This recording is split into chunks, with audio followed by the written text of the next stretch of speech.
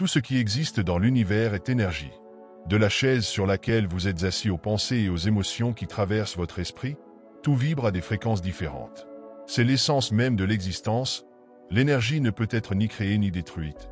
Elle ne fait que se transformer, circulant d'une forme à une autre, façonnant constamment le monde qui nous entoure. Vous n'êtes pas seulement un corps physique vivant dans un monde matériel. Vous êtes fait d'énergie, un être vibrant connecté à un univers où tout pulse selon un rythme unique. Chaque pensée que vous avez, chaque émotion que vous ressentez, porte une vibration spécifique qui impacte non seulement vous-même, mais aussi l'environnement autour de vous. Comprendre cela est essentiel, car cela nous place dans le rôle de co-créateur de notre réalité. Tout comme un chef d'orchestre dirige une symphonie, vous pouvez orienter vos vibrations pour créer soit de l'harmonie, soit du chaos. Cette prise de conscience ouvre les portes à une transformation intentionnelle de votre vie, en vous alignant sur les forces naturelles de l'univers. Comme Aristote l'a si bien dit, l'énergie de l'esprit est l'essence de la vie. Et c'est précisément ce que nous explorons ici, comment maîtriser vos vibrations pour que votre énergie travaille en votre faveur, transformant vos désirs en une réalité tangible. Vos pensées ne sont pas simplement des mots ou des images qui traversent votre esprit, ce sont des impulsions d'énergie. Chaque pensée que vous avez émet une fréquence vibratoire qui interagit avec l'univers autour de vous. Il en va de même pour vos émotions, qui sont la forme la plus puissante d'énergie vibratoire que vous portez en vous. Lorsque vous pensez de manière répétée à quelque chose, un objectif, une peur ou un désir, vous envoyez des signaux énergétiques à l'univers. Ces signaux, à leur tour, attirent des expériences qui correspondent à votre fréquence. C'est ce que de nombreuses traditions spirituelles et scientifiques appellent la loi de l'attraction. Ce n'est pas de la magie, mais de la physique vibratoire, le semblable attire le semblable. Cependant, il est crucial de se rappeler que les émotions amplifient cette énergie. Imaginez cela comme régler une station de radio, vos pensées sont la fréquence choisie, tandis que vos émotions en déterminent le volume. Des pensées positives associées à des émotions comme la gratitude, la joie et l'amour élèvent votre vibration, vous rapprochant d'expériences alignées avec cette énergie. À l'inverse, des pensées négatives alimentées par des émotions comme la peur, la colère ou l'anxiété abaissent votre fréquence, attirant des situations à faible vibration. La clé pour transformer votre réalité réside dans la reconnaissance du pouvoir de vos pensées et de vos émotions. Choisir consciemment ce que vous pensez et ressentez revient à prendre les rênes de votre champ énergétique, en le dirigeant pour créer la vie que vous désirez. Après tout, l'univers ne répond pas aux mots que vous prononcez, mais à l'énergie que vous émettez. Avez-vous déjà remarqué comment certains jours tout semble se dérouler naturellement, tandis que d'autres jours, tout semble s'effondrer? Ce n'est pas une coïncidence. Ces moments sont directement liés à votre état vibratoire. Élever votre vibration ne se limite pas à adopter une pensée positive, mais implique de créer un alignement authentique entre votre esprit, vos émotions et vos actions. La première question à vous poser est « Qu'est-ce que je consomme chaque jour ?» Et cela va au-delà de l'alimentation. Pensez au contenu que vous lisez, regardez, et même aux conversations que vous avez. Êtes-vous entouré de négativité ou nourrissez-vous votre esprit avec des idées qui vous inspirent et vous motivent? Ce que vous consommez façonne votre énergie, et cette énergie détermine ce que vous attirez. Un autre point crucial est la pratique de la gratitude. Demandez-vous, combien de fois par jour m'arrête-je pour reconnaître les bonnes choses de ma vie? La gratitude est l'une des vibrations les plus élevées que vous puissiez expérimenter. Lorsque vous êtes reconnaissant, même pour quelque chose de petit, comme la chaleur du soleil ou un sourire reçu, vous changez votre fréquence pour une plus haute. Et qu'en est-il de votre environnement? L'endroit où je passe le plus de temps reflète-t-il l'énergie que je souhaite pour ma vie? Votre espace physique influence directement votre vibration. Un environnement en désordre, rempli de choses dont vous n'avez pas besoin, peut drainer votre énergie. Essayez de réorganiser, de nettoyer et d'ajouter des éléments qui favorisent la tranquillité, comme des plantes ou des cristaux. Il est également essentiel de prendre soin de votre corps. Demandez-vous, est-ce que je me déplace suffisamment? Est-ce que je prends soin de mon temple physique? L'exercice physique, même léger, aide à libérer les blocages énergétiques et à élever votre fréquence. De même, la méditation et les pratiques de respiration profonde sont des moyens puissants de vous reconnecter à votre essence et de vous aligner avec l'univers. Enfin, examinez vos relations. Les personnes autour de moi contribuent-elles à mon évolution ou drainent-elles mon énergie? Soyez attentifs aux connexions qui maintiennent votre vibration basse. Chaque fois que cela est possible, privilégiez celles qui favorisent la croissance et la positivité. S'aligner avec l'univers est en réalité un processus d'alignement avec soi-même. Êtes-vous prêt à faire ces changements? Êtes-vous disposé à prêter attention à ce que vous pensez, ressentez et faites? Rappelez-vous, L'univers répond toujours à votre vibration, et c'est à vous de décider ce que vous voulez émettre. Quelle vibration choisissez-vous d'émettre maintenant? L'isolement spirituel peut être une période de transformation, mais il est également accompagné de défis profonds qui testent votre force, votre patience et votre foi. Beaucoup décrivent cette phase comme une immersion dans des eaux inconnues, où la solitude semble être la seule compagne. Mais, cette solitude est-elle vraiment négative? Ou bien est-elle une opportunité d'écouter ce que l'univers et votre âme ont à dire? L'un des plus grands défis est de faire face au silence. Dans un monde si agité, le silence peut être inconfortable, presque assourdissant. Vous êtes-vous déjà demandé pourquoi nous avons tellement peur d'être dans le silence? Peut-être est-ce parce qu'il nous force à affronter nos pensées, nos doutes et même les parties de nous que nous préférons ignorer. Mais rappelez-vous, le silence n'est pas vide.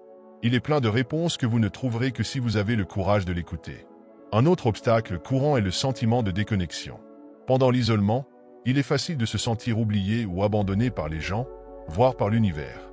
Mais demandez-vous, et si cet éloignement n'était en réalité qu'une protection divine? Peut-être êtes-vous en train d'être retiré d'énergies qui ne sont plus compatibles avec votre croissance. C'est le moment de faire confiance au processus et de vous rappeler que l'univers ne laisse jamais ses élus derrière. De plus, il y a la peur de l'inconnu. L'isolement spirituel signifie souvent mettre de côté des anciens schémas et croyances pour entrer dans un territoire inexploré.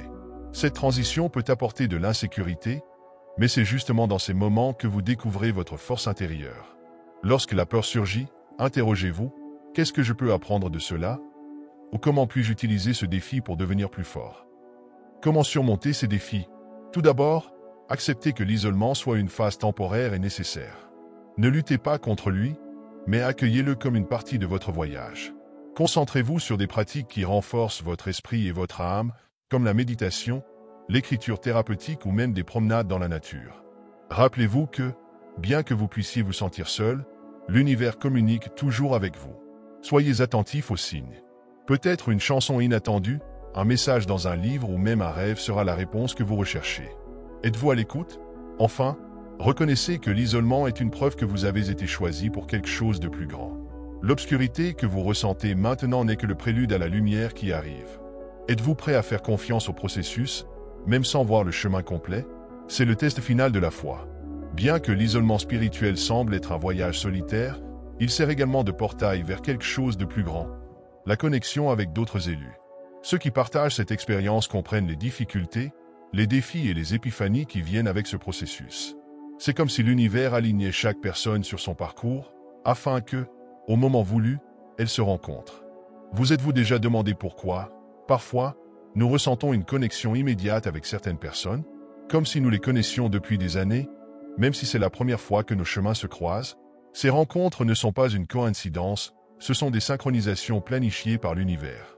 Ce sont les autres élus qui sont placés sur votre chemin pour vous aider à comprendre votre mission, en même temps, apprendre de vous. Ces connexions ne sont pas basées sur la quantité de temps ou la proximité physique, mais sur l'intensité et la profondeur de l'échange spirituel. Cela peut être une brève conversation avec un inconnu qui réveille une idée, ou même quelqu'un qui entre dans votre vie pour vous guider à un moment crucial. Avez-vous déjà rencontré quelqu'un comme cela? Quelqu'un qui, sans effort, semble comprendre votre âme? Ces élus sont des pièces du puzzle de votre voyage. Lorsque vous les trouvez, vous ressentez un sentiment d'appartenance, comme si enfin quelqu'un était capable de traduire ce que vous ressentez et pensez. Et ensemble, vous commencez à créer quelque chose de plus grand.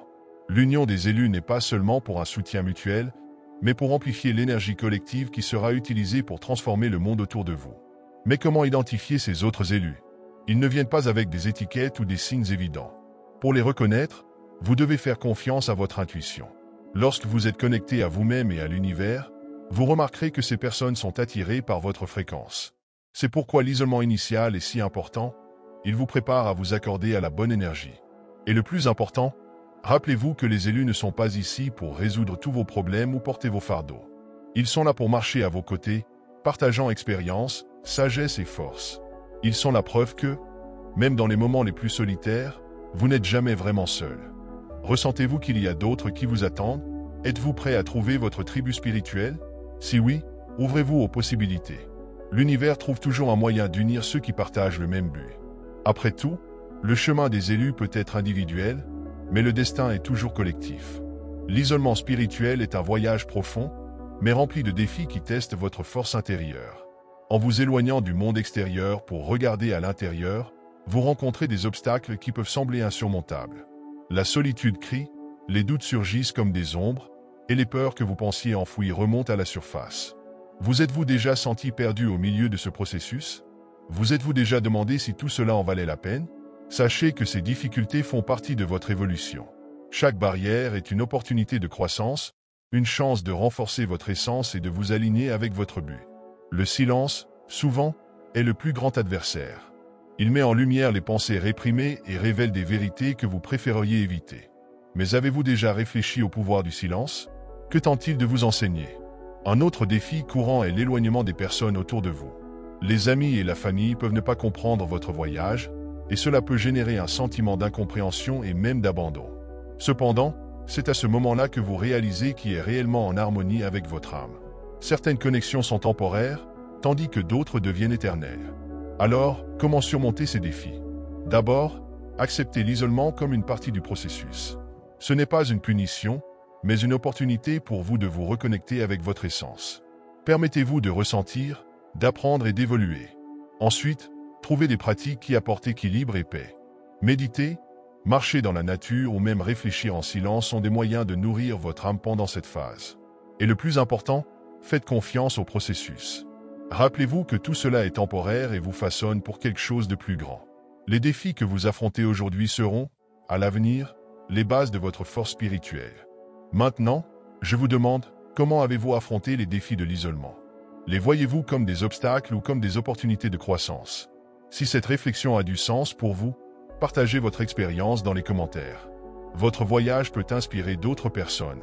Abonnez-vous à la chaîne et activez la cloche pour continuer à recevoir des contenus qui éclaireront votre chemin spirituel. Rappelez-vous, vous n'êtes pas seul.